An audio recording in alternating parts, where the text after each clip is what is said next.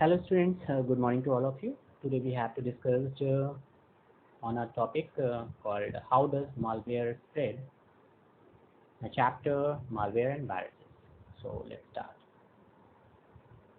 सबसे पहले हमने पिछली बार की बात करी थी कि वायरस जो होता है वो ऐसे ही वर्क करता है जैसे हमारी बॉडी के अंदर वायरस चला जाए और वो हमारी बॉडी को अफेक्ट करे बिना हमारी परमिशन के. सो यहाँ पर a biological virus spread by contact. Similarly, computer malware also spread by contact. जब तक कि कंप्यूटर के कांटेक्ट में नहीं आएगा, उसकी मेमोरी के कांटेक्ट में नहीं आएगा, वायरस से इन्फेक्ट नहीं हो सकता. Contact here means that when a piece of infected hardware coming in touch with another piece of uninfected hardware. यहाँ हार्डवेयर की बात हो रही है. बेसिकली हार्डवेयर के थ्रू ही सॉफ्टवेयर आता है. सो ये हार्डवेयर के बारे में बात कर रहे हैं. वो हार्डवेयर अनइन्फेक्टेड का मतलब है कि जैसे यूएसबी केबल है, यूएसबी केबल के थ्रू आपने कोई अटैचमेंट किया आपके सिस्टम पे, या ब्लूटूथ के थ्रू आपने कोई अटैचमेंट किया, या इंटरनेट की फाइल्स को कलेक्ट किया, तो जो डिवाइस आपने किसी इन्फेक्टेड सिस्टम पे लगाई है एज अ हार्डवेयर डिवाइस, वो उस सिस्टम से इन्फेक्ट होकर बायोलॉजिकल इन्फेक्शन भी हो सकता है. यहाँ पर हम बात करेंगे इलेक्ट्रो मैकेनिकल इन्फेक्शन की. तो उसके थ्रू ये इन्फेक्टेड फाइल्स आपके उस हार्ड डिस्क में आ जाती हैं, यहाँ पेन ड्राइव में आ जाती हैं, और जहाँ पे आप दूसरी जगह पर जहाँ पे अनइन्फेक्टेड फाइल्स हैं वहाँ पर लगाते ही ये उनको इन्फेक्ट कर देती है. Malware can be spread from a infected hard disk और रिमूवेबल डिस्क, अनइन्फेक्टेड डिस्क और रिमूवेबल डिस्क.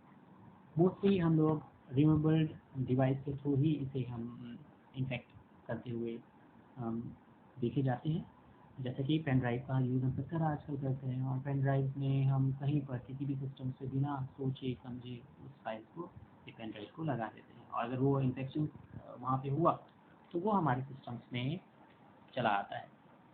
तो ये कहलाता है वायरस की स्प्रेड होने का तरीका. एक हार्डवेयर जो कि सॉफ्टवेयर की कैरी करता है.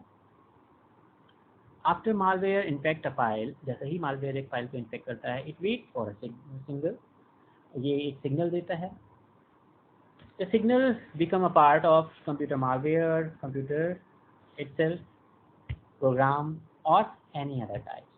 ये जैसे ही इन्फेक्ट होता है तो क्या क्या प्रॉब्लम्स आती है. A time bomb signal is one of the malware activated at the specific times like day, date, month and hour. ये क्या करता है, आपके टाइम्स को चेंज करने लगता है, डेट चेंज कर देता है, चीज़ों को बदल देता है. और इस तरह के जो मालवेयर होते हैं उसे हम टाइम बॉम्ब मालवेयर कहते हैं. A logic bomb signals is like when a malware is activated when a specific function is performed like operating or opening, printing and so on. तो ये क्या करता है, ये अपने आप उन चीज़ों को बदल देता है, उनके लॉजिक्स को बदल देता है, मतलब उनके फंक्शंस को बदल देता है. इस तरीके के जो मालवेयर्स आते हैं उनको हम लॉजिक बॉम्ब के तौर पे जानते हैं. Malware either copied itself from one system to another system or damage the files. Person who are prepared to malware are soon as it. जैसे ही वो इन्फेक्टेड फाइल्स के कॉन्टेक्ट में आते हैं, ये अपने आप एग्जीक्यूट होने लगते हैं या पर्सन के द्वारा एग्जीक्यूट कराए जाते हैं. जैसे जैसे हमारा मालवेयर इंक्रीज करता जाता है, मोस्टली जो मालवेयर होते हैं वो इंटरनेट में ईमेल्स के थ्रू आते हैं, क्योंकि ईमेल्स मेल पर सबसे ज़्यादा यूज़ किया जाता है इंटरनेट पर चेकिंग के लिए. और जैसे ही ये फ्री मेल्स आपके सिस्टम पे आते हैं और आप इन्हें क्लिक करते हैं, आपके सिस्टम में वायरस आ जाते हैं. Use of internet and emails enable the virus spread systems to another without coming in direct contact to. तो आप अगर कहीं नहीं जा रहे हैं और अपनी पेन ड्राइव या डिवाइस को यूज़ नहीं भी कर रहे हैं और आप इंटरनेट यूज़ कर रहे हैं, तो मेल के थ्रू आपके सिस्टम पर मालवेयर आ सकते हैं. या फिर ऐसे सॉफ्टवेयर जो आप यूज़ करते हो जो कि रिकग्नाइज नहीं है, उनके through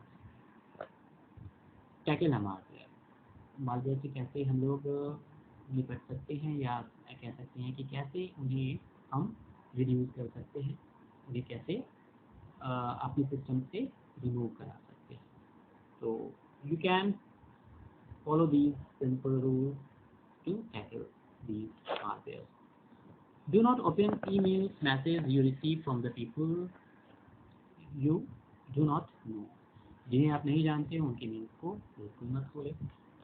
Do not open the emails, messages you receive from the people you know, but the subject line is strange or does not look good to you.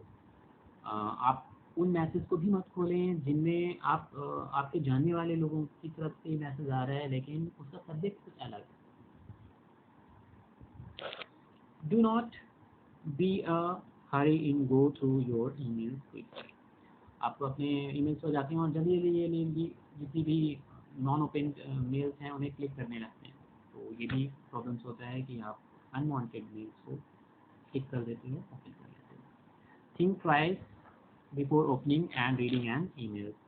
आपको सोचना पड़ेगा कि आप जो मेल खोल रहे हो तो वो इन्फेक्टेड ना हो, इसलिए सोच समझ कर मेल को खोलना चाहिए. Do not open the email which do not have the names of the sender from field.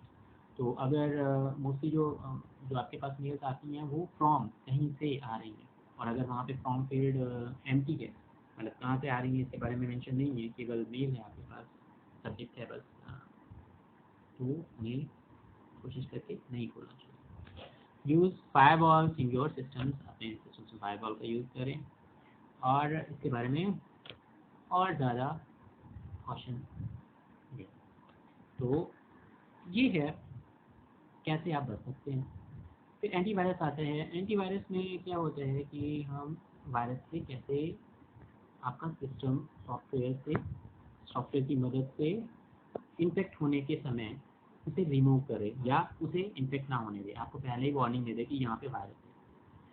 सो ये एंटीवायरस प्रोग्राम्स जो होते हैं वो वायरस से प्रोटेक्शन में आपकी मदद करते हैं और ये प्रोग्राम्स ज़्यादातर पेड प्रोग्राम्स होते हैं. मतलब जो आप एंटीवायरस लेते हो जो कि आपके वायरस से आपको प्रोटेक्ट करते हैं वो ज़्यादातर पेड वर्जन होते हैं और इनको आपको अपने ऑपरेटिंग सिस्टम के अकॉर्डिंग डाउनलोड करना पड़ता है. अगर आपको ज़्यादा सिक्योरिटी वाला डाटा अपने पास रखते हैं और सिक्योरिटी एसेंशियल डाटा होता है आपके पास तब, तो ये सॉफ्टवेयर आपके सिस्टम्स में आपके डेटा को प्रोटेक्ट करने के काम में आते हैं जिन्हें हम एंटीवायरस कहते हैं. Windows Defender is a software produce the help to fight malware. तो विंडोज़ डिफेंडर एक सॉफ्टवेयर है जो कि क्या करता है, आपको प्रोटेक्ट करता है मालवेयर से. ऐसे ही बहुत सारे सॉफ्टवेयर्स हैं जिनके बारे में आगे देखेंगे. तो यहाँ पे कुछ सॉफ्टवेयर के नेम लिखे हुए हैं जैसे एंटीवायरस के. इसमें एवास्ट आता है, एवीजी है, एविरा है और मैकेफे है, नॉर्टन है, क्विकशील्ड है, बी सिक्योरिटी है, कैस्परस्काई और बहुत सारे और बिग डिफेंडर है. तो ये सारे के सारे जो हैं एंटीवायरसेस हैं जिनकी मदद से हम वायरस को अपने सिस्टम में आने से रोक सकते हैं और ज़्यादातर ये पेड है. तो कॉमर्शियल एंटीवायरस, कॉमर्शियल का मतलब है पेड एंटीवायरस की बात हो रही है. अपडेट्स द वायरस डेफिनेशन और जो नए वायरसेस आते हैं उनके अकॉर्डिंग ये जो पेड एंटीवायरस होते हैं वो 3 मंथ्स में या 6 मंथ्स में अपने आप को अपडेट कर लेते हैं नए आने वाले एंटीवायरस के अकॉर्डिंग. नए मतलब आने वाले वायरस के अकॉर्डिंग एंटीवायरस डेवलप करके आपको दोबारा से अपडेशन के लिए बोला जाता है. तो फ्री वर्जन भी हैं इनमें और पेड वर्जन भी है. फ्री वर्जन में आपको लिमिटेड रिसोर्सेज होते हैं, मतलब आपको केवल चेक करके बताते हैं कभी कि वायरस है लेकिन उसे रिमूव करने का ऑप्शन नहीं होता. सो रिमूव करने के लिए कभी कभी आपको पेड वर्जन ही लेना पड़ता है. फिर यहाँ पे एक पिक्चर दिख रही होगी आपको और ये बताया जा रहा है कि ये एक क्विकशील्ड का सॉफ्टवेयर है जिसकी मदद से इसने स्कैन किया है और बताया है कि आपके सिस्टम में कितने इन्फेक्टेड फाइल्स हैं. तो फाइल स्कैन यहाँ पर दिखा रहा है, फिर इसके बाद अटैच फाइल, फिर थ्रेड कितने हैं, स्कैन कितना किया, स्कैनिंग स्टेटस कितना है, 16% अभी हुआ है अभी ये प्रोसेस। यहाँ पर देखिए आपको ब्लैक क्वेश्चन दिख रहा होगा और यहाँ वाइट क्वेश्चन, तो टोटल स्कैनिंग नहीं हुई है, और जितनी स्कैनिंग हुई है उसके अकॉर्डिंग यहाँ पर ये यहाँ पर इसकी रिपोर्ट दिखाता जा रहा है। तो फाइनल रिपोर्ट के बाद में बताता है कि कितने इन्फेक्टेड फाइल्स हैं, कितने हैं, और कितने को रिमूव किया जा सकता है, और कैसे क्या करेंगे। तो ये सॉफ्टवेयर है जो कि क्विक शील्ड का है, और ऐसे ही दूसरे एंटीवायरस होते हैं जो आपको रिपोर्ट देते हैं, डिलीट करने की परमिशन देते हैं, और या फिर आपको रिमाइंड करवाते हैं। थैंक यू, आज के लिए इतना ही, कल से मिलेंगे नए टॉपिक के साथ में। तब तक के लिए have a nice day, thank you.